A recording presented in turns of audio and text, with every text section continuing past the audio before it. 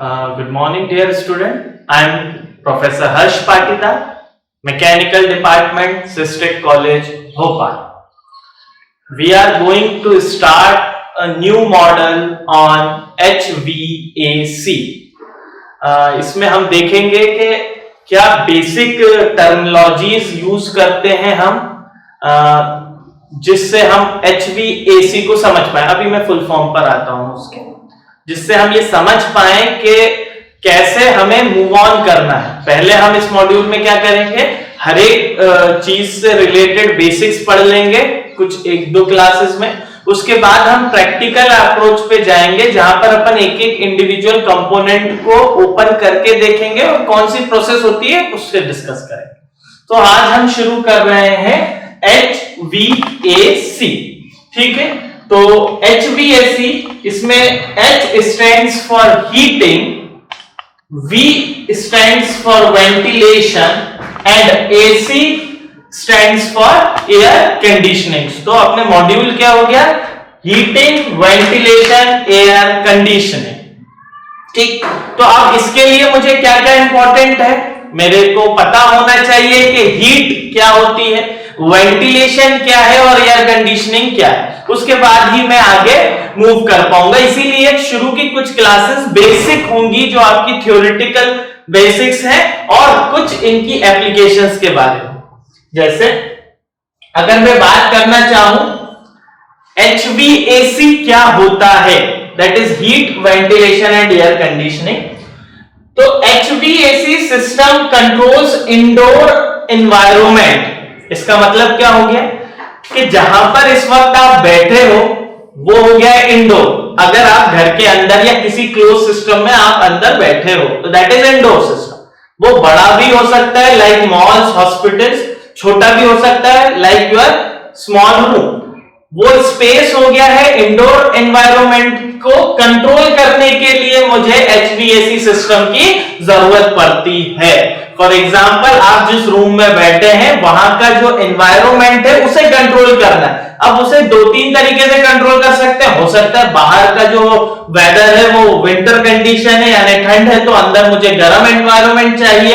अगर बाहर summer conditions है जैसे कि टेम्परेचर हाई है तो मुझे अंदर कम चाहिए. तो अल्टीमेटली अब मैंने यूज करना शुरू किया है टेम्परेचर. आगे चल के इसको देखें.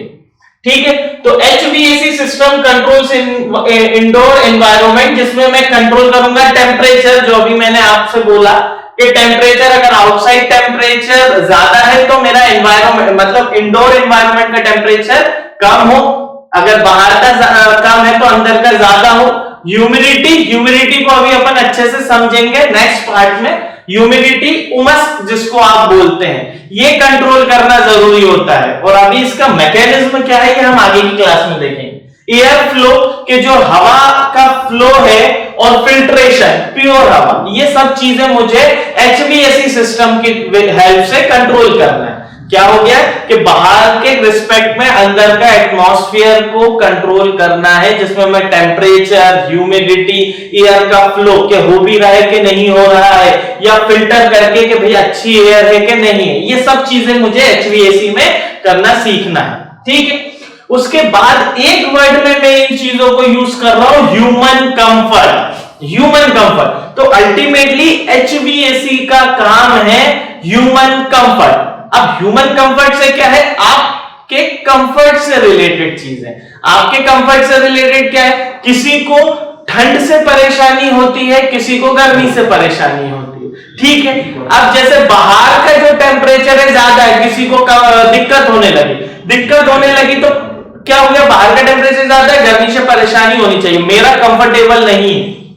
ठीक है, तो ह्यूमन कंफर्ट से हम ये नहीं समझते हैं कि बाहर 40 डिग्री टेम्परेचर है अंदर 28 कर दो ह्यूमन कंफर्ट हो गया, या बाहर 40-45 डिग्री है अंदर 26 कर दो, 20 कर दो, 18 डिग्री सेंटीग्रेड कर दो, that is human comfort. Human comfort each and individual से रिलेटेड होता है कि आप जिस कंडीशन में फिजिबल फील करें वही होता है ह्यूमन कंफर्ट। कुछ लोगों को हाई टेम्परेचर में रहना अच्छा लगता है जबकि हम लोगों को लो टेम्परेचर में रहना पसंद होता है। जैसे बाहर का 40 डिग्री टेम्परेचर है और उनके लिए हम 35 डिग्री कर रहे हैं, दैट इज ह्यूमन कंफर्ट। लोग 35-36 डिग्री में रह रहे हैं, अच्छे से रह रहे हैं।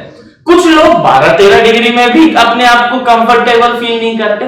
तो अल्टीमेटली ये पूरा HVAC सिस्टम हम पढ़ क्यों रहे हैं? ह्यूमन कंफर्ट के लिए। अब आप जरा सोचिए कि आपके लिए कैसे हेल्पफुल है। आपने एसी देखा हुआ है। एसी एक ऐसा सिस्टम है जो इंडोर एनवायरनमेंट को कंट्रोल करता है।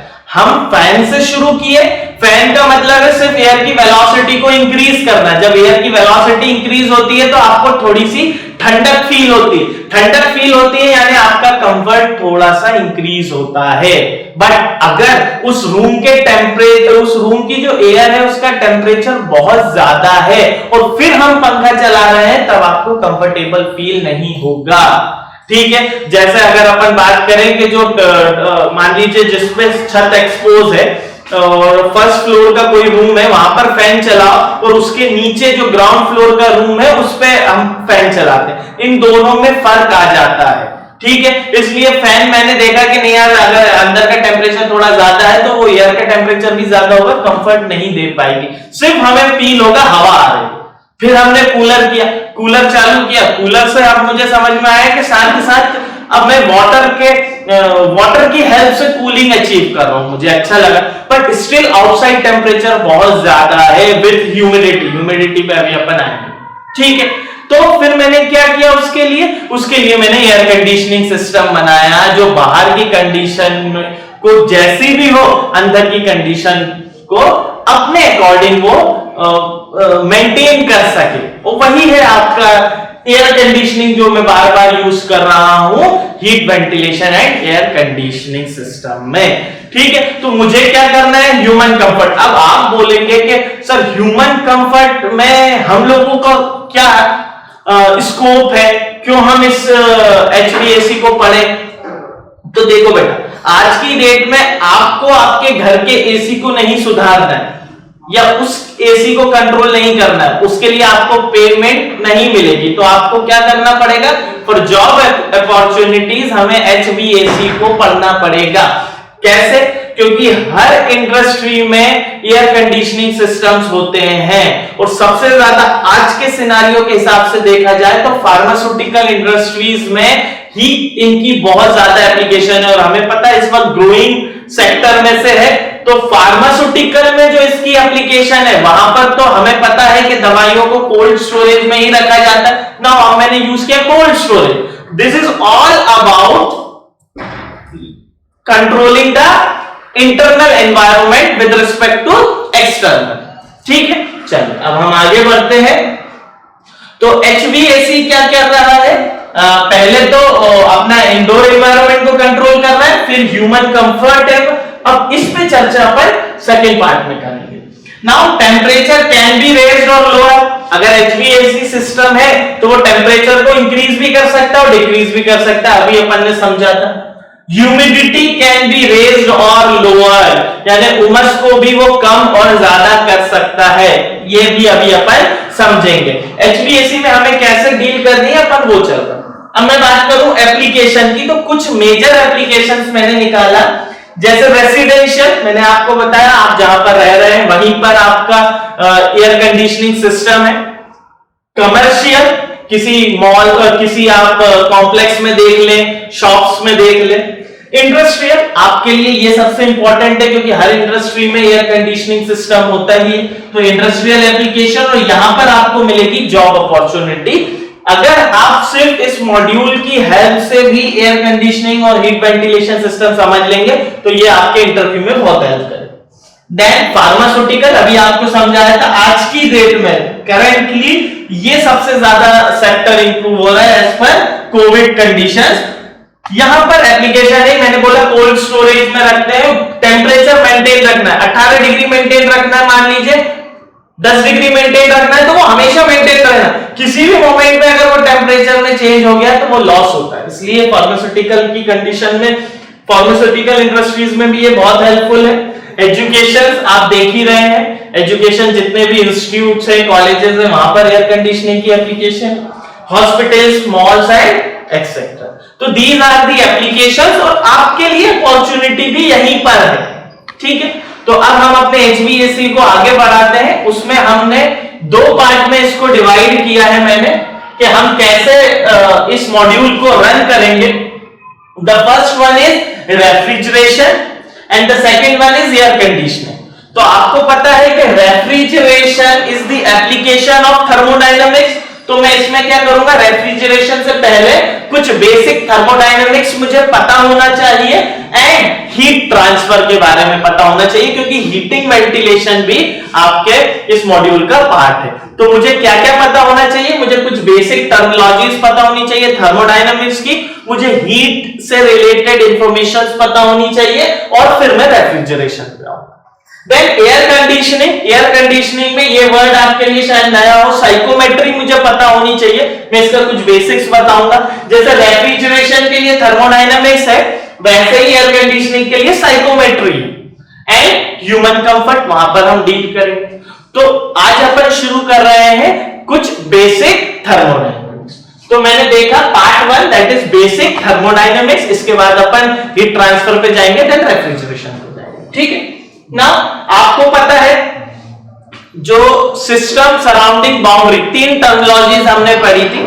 जिस भी सिस्टम पे या जिस भी ऑब्जेक्ट पे मेरी स्टडी फोकस है उसे मैं सिस्टम बोल रहा हूं। जैसे इस वक्त आप मुझे देख रहे हैं, मैं आपको पढ़ा रहा हूं, आपका पूरा फोकस मुझ पे, तो आपके लिए मैं सिस्टम हूं और मेरे अलावा जो भी चीज है वो सराउंडिंग है आपके लिए। मेरे लिए आप इस वक्त सिस्टम है, आपके आसपास जो भी होगा वो सराउंडिंग होगा, और इस सिस्टम और सराउंडिंग को सेपरेट करता है बाउंड्री, ठीक है। तो ये तीन टर्म बहुत इंपॉर्टेंट है हीट ट्रांसफर के लिए भी और वर्क के लिए भी, और आपके लिए भी ये जानना जरूरी, that is system and surrounding is separated by boundary, ठीक। अब सिस्टम तीन टाइप के होते हैं, that is open system, closed system and isolated system. Now अगर मैं बात कर रहा हूं closed system की, तो closed system जहां पर मास और एनर्जी का इंटरेक्शन हो रहा है, तो closed system में मास का इंटरेक्शन नहीं होगा, जितना मास सिस्टम में है उस closed system में उतना ही रहेगा, सिर्फ एनर्जी का ट्रांसफर होगा, ठीक है। ओपन सिस्टम में मास भी ट्रांसफर होगा, एनर्जी भी ट्रांसफर होगी। And third one is isolated system, जिसमें ना ही मास ट्रांसफर होगा ना ही एनर्जी ट्रांसफर होगी। तो तीन टाइप के सिस्टम होते हैं, that is open, closed end isolated. ये आपको जरूरी है समझने के लिए, क्योंकि हर एक कंपोनेंट को मुझे पता होना चाहिए कि इट इज क्लोज्ड और ओपन और एन आइसोलेटेड सिस्टम, तभी हम रेफ्रिजरेशन और एयर कंडीशनिंग के कंपोनेंट्स को समझ पाएंगे। जैसे क्लोज सिस्टम, आप एक piston cylinder arrangement without valve, that is a close system. Energy interaction होगा, मास ट्रांसफर नहीं होगा। अगर वहां पर वॉल्व है, इसका मतलब आपका मास ट्रांसफर हो रहा है in the form of gases. तो without valve that is close system. Now open system, your turbine, compressor. Turbine में क्या हो रहा है, एक फ्लो ऑफ स्टीम है या वाटर है, जैसे हाइड्रोलिक टरबाइन है तो वाटर है, स्टीम टरबाइन है तो स्टीम है। फ्लो हुआ, जैसे स्ट्राइक किया, टरबाइन रोटेट किया, स्टीम बाहर चल गई, पूरा का पूरा मास बाहर चला गया। बाद में हमने उसे कंडेंसर में लेकर पानी में बदल के वापस किया इन द फॉर्म ऑफ स्टीम। और अगर वाटर है तो डायरेक्ट हम लोगों ने उसको सम्प में फ्लो करवा दिया। अगर मेरा कंपोनेंट है turbine is an open system, यहां पर मास आया, मास ने अपनी एनर्जी ट्रांसफर की, मास निकल गया, तो मास ट्रांसफर भी हुआ और एनर्जी से ट्रांसफर भी। And isolated system is the system in which neither mass transfer nor energy transfer takes place. तो मास ट्रांसफर, एनर्जी ट्रांसफर ऐसा कौन सा सिस्टम है, जैसा आप मान लीजिए एक थर्मस में आपने गर्म कॉफी रखी है, उतनी ही कॉफी रहेगी, उसी टेम्परेचर पे मेंटेन रहेगी। नियर टू आइसोलेटेड, थोड़े टाइम के बाद तो वो भी, क्योंकि परफेक्टली आइसोलेटेड सिस्टम होता ही नहीं है। And the best example of isolated system is universe. Universe consist of system and surrounding, ठीक है। तो तो दीज आर द सिस्टम जिसको डील करना है, क्योंकि compressor plays an important role for both air conditioning and refrigeration system, so it comes under open system. तो मुझे पता होना चाहिए कि यहां पर मास और एनर्जी दोनों ट्रांसफर होगी, ठीक। ना एक छोटी सी डेफिनेशन वर्क की समझते हैं, देन मैं हीट पे आऊंगा, फिर अपनी कहानी को आगे बढ़ाएंगे। वर्क से मैं समझता हूं थर्मोडायनेमिक वर्क अगर अपन इसको बोलते हैं, तो work is said to be done by the system, work is said to be done by the system when the sole effect on the things, when the sole effect on the things can be equated to raising of weights, ठीक है, to raising of weights, bracket में यहां पर है weights may not be actually raised but the effect can be equated to raising the weight। Definition थोड़ी सी complicated हो गई, अपन simple सी भाषा में समझते हैं कि जैसे फॉर एग्जांपल आप ये मान के चलिए कि आपका यहां पर एक बैटरी है, this is all about your battery. इस बैटरी से यहां पर एक मोटर कनेक्टेड है, like that this is a motor here, इस बैटरी से एक मोटर कनेक्ट है और यहां पर एक शाफ्ट लगी हुई है, ठीक है। तो this is the actual condition, ये शाफ्ट लगी हुई है, ठीक है। और बाउंड्री पे ले रहा हूं यहां पर, इस शाफ्ट के बीच में यहां से ये बाउंड्री हो गई आपकी, ठीक है। तो अब इसका कहने का मतलब यह है कि अगर इस शाफ्ट पे मैं एक पुली लगा दूं और उस पुली से रोप की हेल्प से एक वेट को यहां पर लगा देता हूं, ठीक है। तो जैसे ही बैटरी से मैंने पावर दिया, मोटर चलेगी तो पुली के जो मोटर चलेगी तो शाफ्ट रोटेट होगी, शाफ्ट पे पुली रोटेट होगी, पुली के कारण वेट ऊपर नीचे होने लगेगा, ठीक है। तो यहां पर अब आप समझिए कि वर्क कौन सा है। मैं ये कह रहा हूं कि पहले यहां पर सिर्फ एक शाफ्ट थी, ठीक है। अब मैं इमेजिन कर रहा हूं कि इस पे एक पुली रखी है और उस पे एक वेट लगा हुआ है, ठीक है। तो वही चीज इस डेफिनेशन में कही है कि उसका इफेक्ट, हम भले ही वेट रेज नहीं हो रहा है बट हम ये कंसीडर करते हैं कि कुछ वेट उस पे लगा हुआ है, वही बाय डेफिनेशन। तो अगर ये यहां पर शाफ्ट लगी है, पुली लगी है और मैं शाफ्ट पे बाउंड्री ड्रॉ कर रहा हूं, तो मेरे लिए सिस्टम क्या हो गया, बाउंड्री ये हो गई, ठीक है। और इस बाउंड्री पे यहां पर आपका वेट लगा हुआ है, ठीक है। तो इसको बोलोगे आप शाफ्ट वर्क, क्योंकि वर्क एक पाथ फंक्शन है, बाउंड्री क्रॉस होनी चाहिए वर्क के लिए। तो बाउंड्री कहां क्रॉस हो रही है, इस शाफ्ट पे, तो ये वर्क कैसा कहलाएगा, शाफ्ट वर्क, ठीक है। अगर मैं ये बाउंड्री यहां पर क्लिक करूं, ये मोटर और शाफ्ट हटा के सिर्फ इस बैटरी पे बाउंड्री खींच दूं, तो वर्क कहां, इन द फॉर्म ऑफ करंट कहां से ट्रांसफर हो रहा है, बैटरी से ट्रांसफर हो रहा है। तो ये कैसा वर्क हो जाएगा, बैटरी वर्क हो जाएगा, ठीक है। और अगर मैं इस पूरे सिस्टम को बाउंड्री से क्लोज कर दूं, इसका मतलब वर्क बाउंड्री क्रॉस नहीं कर रहा है, यानी भले ही पूरा सिस्टम रन हो रहा है, भले ही पूरा सिस्टम चल रहा है, आपको समझ में आ रहा है, but there is no work transfer, ठीक है। तो work and heat are boundary phenomena, boundary cross होनी चाहिए सिस्टम से सराउंडिंग की तरफ या सराउंडिंग से सिस्टम की तरफ, इसलिए boundary plays an important role, ठीक है। नाउ मेरे लिए इंपॉर्टेंट क्या है, हीट। नाउ हीट क्या होती है, it is the form of energy in transit. बहुत सिंपल सी भाषा में मैंने बोल दिया, it is a form of energy in transit, मतलब हमेशा मूविंग कंडीशन में होगी, एक ऐसी फॉर्म एनर्जी का जो मूविंग कंडीशन में है। मूविंग कंडीशन में कैसे, जैसे फॉर एग्जांपल ये एक ऑब्जेक्ट है, मैं बोल रहा हूं इसके पास एनर्जी इन ट्रांजिट है, मूवेबल कंडीशन में एक एनर्जी है, हीट। कब समझ में आएगा, कोई भी चीज मूविंग कंडीशन में तभी आती है नेचुरली जब उसे एक ड्राइविंग पोटेंशियल चाहिए, and that driving potential is temperature difference. Naturally किसी भी चीज का फ्लो हाई टू लो होता है, हाई टू लो में हमारा क्या हो गया, जैसे कि water always flows from high head to low head, ठीक है। वैसे ही heat always flows from high temperature to low temperature. अगर मैंने इस ऑब्जेक्ट को यहां से हीटअप किया तो यहां पर टेम्परेचर बढ़ेगा तो हीट ऑटोमेटिकली फ्लो करने लगेगी इस मीडियम की हेल्प में, इस मीडियम में फ्लो, क्योंकि यहां पर लोअर टेम्परेचर इस एंड पे, यहां पर हायर टेम्परेचर है। तो heat is the form of energy in transit और ड्राइविंग पोटेंशियल क्या है? Temperature difference. तो कहीं पर भी अगर टेम्परेचर डिफरेंस है तो वहां मानिए हीट फ्लो हो रही है, ठीक है। तो in thermodynamics we can only calculate amount of heat interaction in a system or surrounding, ठीक है। इन थर्मोडायनामिक्स में फर्स्ट लॉ और सेकंड लॉ की हेल्प से सिर्फ ये बता सकता हूं कि अगर इस ऑब्जेक्ट को मैंने हीट दिया, ठीक है, तो इसमें कितनी एनर्जी होगी। अब मुझे इसके आगे हीट ट्रांसफर में जाना पड़ेगा। हीट ट्रांसफर बोलता है एक पॉइंट से दूसरे पॉइंट पे जो हीट एनर्जी ट्रांसफर हुई उसमें कितना टाइम लगा। तो मेरे लिए दो चीजें इंपॉर्टेंट है।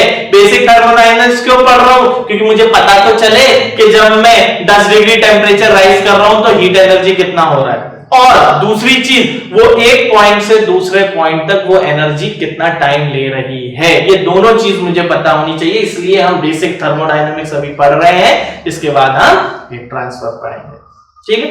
Thank you.